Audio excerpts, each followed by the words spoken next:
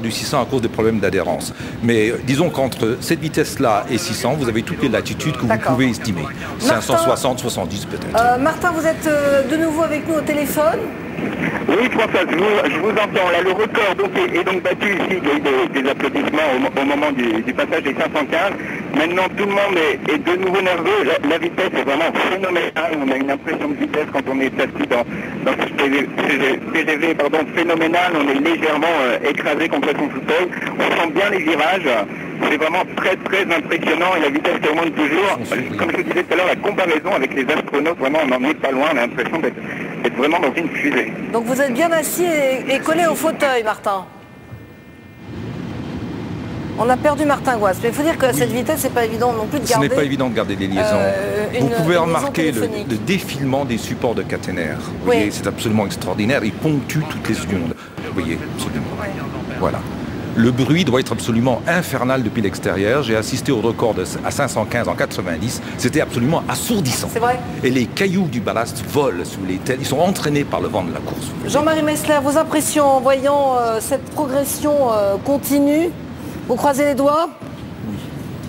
Je dis jusqu'où iront-ils? Non, mais voilà, tout se passe bien. 560, nous y voilà.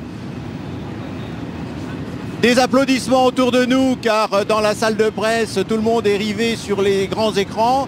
Et à chaque seuil de vitesse, voilà les applaudissements successifs. Record de 81, record de 90.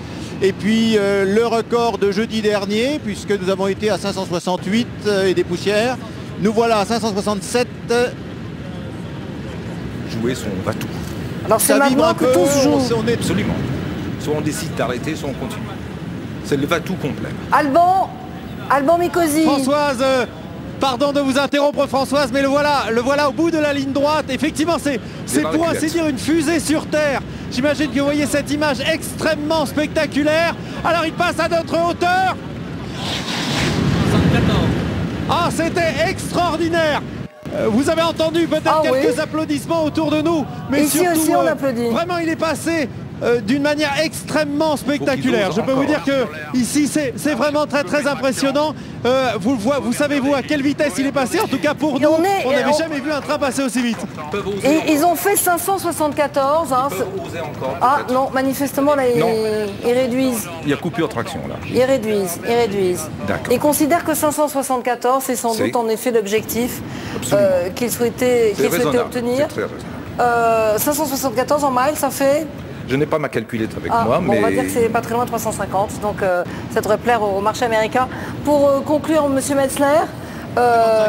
C'est plus de 355 miles, tel que je les ai calculés hier. Donc c'est un chiffre rond intéressant pour